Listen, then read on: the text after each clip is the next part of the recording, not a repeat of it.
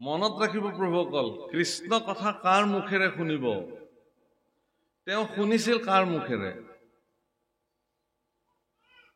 শূৰ্পণখাৰ মুখেৰে শুনিছিল। সেইকাৰণে তেওঁৰ জীৱনত উল্টা ক্ৰীড়া আৰম্ভ হৈ গ'ল। সেইকাৰণে ভগৱানৰ চৰিত্ৰ কাৰ মুখেৰে শ্ৰৱণ কৰিব সেইটো খুব নিৰ্ণায়ক কথা। কিন্তু একেই ভগৱানৰ চৰিত্ৰ শূৰ্পণখাৰ মুখে ৰাৱণে শ্ৰৱণ কৰিলে কাৰণে ৰাৱণৰ মানসিকতা তাৰ উল্টা ৰিয়েকশ্যনটো হৈ গ'ল, উলটা প্ৰভাৱ হৈ গ'ল। সেইকাৰণে কৃষ্ণ কথা কাৰ পৰা শুনিব?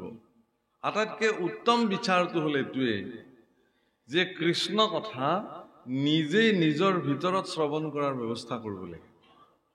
অৰ্থাৎ আপুনি সেই অৱস্থালৈকে গুচি যাব পাৰিব লাগিব। আপোনাৰ ভিতৰত থকা আপুনিয়ে আপোনাক কৃষ্ণ কথা শুনাব। তেতিয়া এইটো অহৰ্নিশ হয়, অজপা হৈ যায়। 24 ঘণ্টা আপুনি তেতিয়া কৃষ্ণ ধ্বনি শুনিব, কৃষ্ণ চৰিত্ৰ। এনেকুৱা 24 ঘণ্টা কৃষ্ণ ধ্বনি আৰু চৰিত্ৰ শ্ৰৱণ কৰোঁতা সকলৰ ভিতৰত পোনপ্ৰথমে অগ্ৰগণ্য হিচাপে নাম লোৱা হয় গোপীসকলৰ। সেইকাৰণে গোপীসকল যেতিয়া ভগৱানৰ ওচৰলৈকে ঢপলি আহিলে, তেতিয়া ভগৱানে গোপীসকলক কৈছিলে যে তোমালোকে এটা কাম কৰা, মোক দেখিলা বোলে, দেখিলো। বৃন্দাবন দেখিলা, দেখিলো। বিকশিত বৃন্দাবন ইমান সুন্দৰভাৱে প্ৰস্ফুটিত হৈছে, তোমালোকে দেখিলা। এতিয়া তোমালোকে ঘৰলৈ যোৱা। ভগৱানে তেওঁলোকক মনত পেলাই দিছিলে, তোমালোকক নেদেখি তোমালোকৰ সন্তানবিলাকে এতিয়া মাকে চিঞৰি চিঞৰি কান্দি আছে। তোমালোকক নেদেখি তোমালোকৰ স্বামী হাবাথুৰি খাইছে। তোমালোকৰ পৰিয়াল পৰিজনৰ মাজত ভীষণ পৰিস্থিতিৰ সৃষ্টি হৈছে।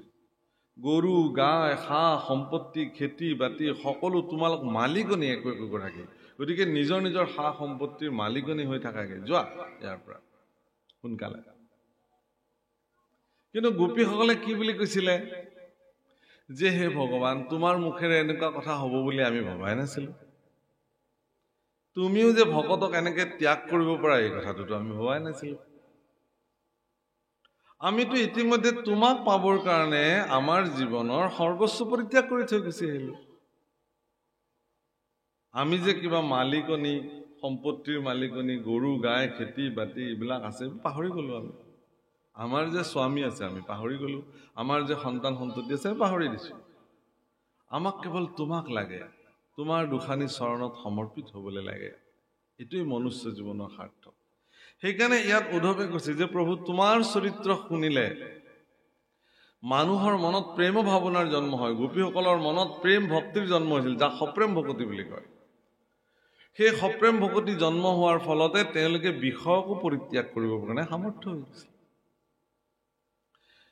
ৰাম শয়নে ভজনে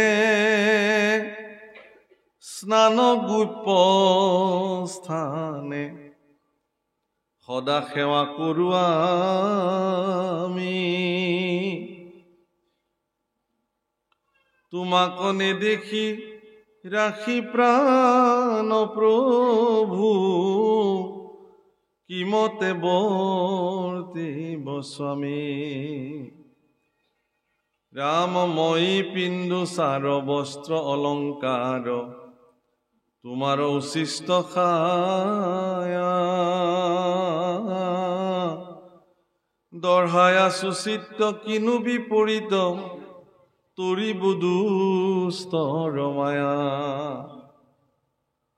মই যেতিয়া খাওঁতে শুওঁতে উঠোতে বহুতে কেৱল তোমাকে সেৱা কৰিছো প্ৰভু। প্ৰভুসকল মনত ৰাখিব, ভগৱান হলেও তেওঁৰতো এটা ব্যক্তিগত জীৱন আছিল। আমি সামাজিক ব্যক্তিবিলাকৰ, আপোনালোক সকলোৰে সামাজিক ব্যক্তিবিলাকে অধিকাংশ সময় সামাজিক হৈ থাকে, কিন্তু তেওঁলোকৰতো এটা ব্যক্তিগত জীৱন আছে। সেই ব্যক্তিগত জীৱনখিনি তেওঁলোকে কাকো নিদিয়ে, সেইটো তেওঁৰ নিজৰ কাৰণে। তেওঁ খাব, শুব, স্নান কৰিব, দৈনন্দিন নিত্য কৰ্ম সাধন কৰিব, পৰিয়াল পৰিজনৰ লগত থাকিব, এইখিনি তেওঁৰ ব্যক্তিগত জীৱন।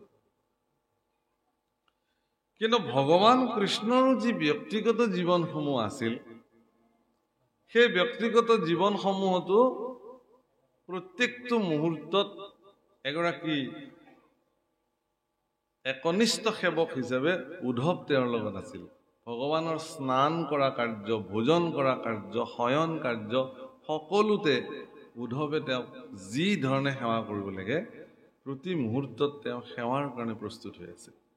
আৰু এই কথা স্বয়ং উদ্ধৱে নিজে স্বীকাৰ কৰিছে যে হে প্ৰভু, শয়নে ভোজনে স্নান গোপ্য স্থানে সদা সেৱা কৰোঁ আমি। মোৰ এইটো বিশ্বাস আছিলে যে তুমি যিদিনাখন যাবা ময়ো তোমাৰ লগতে গুচি যাম।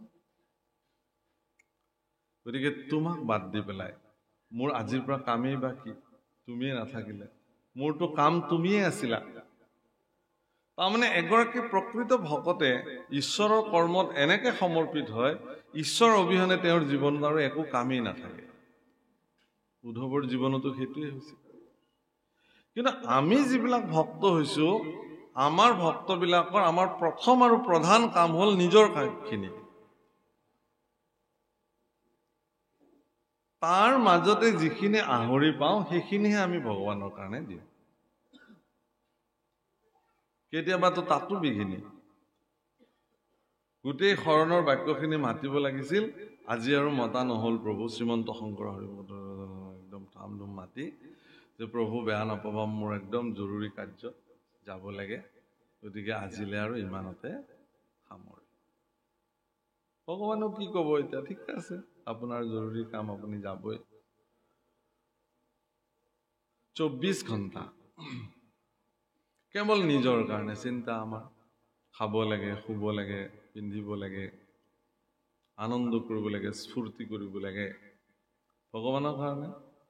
ৰাতিপুৱা স্নান কৰি উঠি অকমান সময়, গধূলি একদম সকলো কাম কাজ আজৰি হৈ অকমান সময় স্নান কৰি ভগৱানৰ সন্মুখত ধ্যানস্থ হোৱা।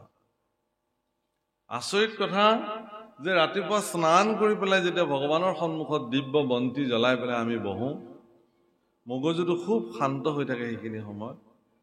ভগৱানৰ চিন্তনতকে আজি দিনটো কি কৰিব লাগিব সেইখিনি চিন্তনেহে সেইখিনি সময়তো আহি পেলাই জুমুৰি দি ধৰে। যাদৱ যদুনন্দন মাধৱ মধুসূদন চলি থাকিল, তাৰ মাজতো আকৌ সেইখিনি চিন্তা, আজি কাক লগ কৰিব লাগিব, কাক কি দিব লাগিব, কাৰ পৰা পইচা আনিব লাগিব, কাক পইচা দিব লাগিব, বজাৰ কেতিয়া কৰিব লাগিব, যি জোঁৱাইৰ ওচৰলৈ কেতিয়া যাব লাগিব, নাতিটোৰ কাৰণে পইচা পঠিয়াব লাগিব, হেন তেন তেন তেন। সেইখিনি সময়ত আটাইগাল পৰিকল্পনা আহি আপোনাক তাতে ধৰি থাকে। ৰাম জ্ঞানী গণে দুখে ইন্দ্ৰিয় কদমি, কাম ক্ৰোধ মোহ জিনি, যিটো ব্ৰহ্মপদ পাৱৈ প্ৰভু পুনু, তাহাৰো আছে বিঘিনি। জ্ঞানীগণে ইন্দ্ৰিয়ক দমন কৰি অত্যন্ত কঠোৰ সাধনাৰে ঈশ্বৰ সাধনা কৰিবলৈ যায়। ব্ৰহ্মপদ প্ৰাপ্তি হয়, তাৰ পিছতো তেওঁলোকৰ বিঘিনি আহে। কিহৰ কাৰণে? যে তেওঁলোকে যেতিয়ালৈকে ভক্তি জীৱনত প্ৰাপ্তি নহয়, মুক্তি প্ৰাপ্তি হ'ব পাৰে। বাপসকল, যে জন্ম মানেই বন্ধন নহয় আৰু মৃত্যু মানেই মুক্তি নহয়। কিন্তু গোস্বামী তুলসীদাসে তেওঁৰ ৰামচৰিত মানসত লিখিছে, ঈশ্বৰ অংশ জীৱ অবিনাশী, অমল চেতন। অৰ্থাৎ তেওঁ ক'ব খুজিছে এইটোৱেই যে আমিবিলাকে ভাবো যে আমি জন্ম হলো মানে বন্ধনত পৰি গলো, কিন্তু পৃথিৱীত এনেকুৱা সত্তা আছে যি জন্মৰ পিছতো পৃথিৱীত বন্ধনত থকা নাই। তাৰ একমাত্ৰ উদাহৰণ হ'ল মহামুনি শুকদেৱ। শুকদেৱৰ জন্ম সময়খিনিত ভগৱানে মায়াক নিষ্ক্ৰিয় কৰি ৰাখিছিল পৃথিৱীত। সেইকাৰণে শুকদেৱৰ শৰীৰত কিঞ্চিত মানুহ মায়াৰ প্ৰভাৱ নাছিলে। অৰ্থাৎ মায়াময় জগতত জন্মগ্ৰহণ কৰাৰ পিছতো শুকদেৱ সম্পূৰ্ণ মায়াবিহীন জীৱন যাপন কৰিছিল, মায়ামুক্ত জীৱন যাপন কৰিছিল। কোনো মায়াৰ প্ৰভাৱৰ দ্বাৰা শুকদেৱ প্ৰভাৱান্বিত নাছিল। তেনেকুৱা অনেক পুৰুষৰ উদাহৰণ শাস্ত্ৰত আছে। ঠিক তেনেকে মৃত্যু হ'ল মানে এটা জীৱ মুক্ত হ'ল এনে নহয়। মুক্ত কেতিয়া হ'ব? যিদিনাখন তেওঁ নিজৰ স্বৰূপ চিনিব। মই কোন, এই চিন্তাটো যিদিনাখন ফলৱতী হ'ব, তেওঁ পৰিণাম হিচাপে তেওঁ মুক্তি লাভ কৰিব সেইদিনাখন। কিন্তু এই মুক্তিও জীৱনৰ সৰ্বশ্ৰেষ্ঠ নহয় বুলি কৈছে। এই মুক্তিও জীৱনৰ সৰ্বশ্ৰেষ্ঠ নহয়। তেতিয়াহ'লে কি সৰ্বশ্ৰেষ্ঠ? কি? ভক্তি। মুক্তি পুনু ভকতিৰ প্ৰাসংগিক মাত্ৰ, ভকতি কৰন্তে মুকুতিৰ হুৱে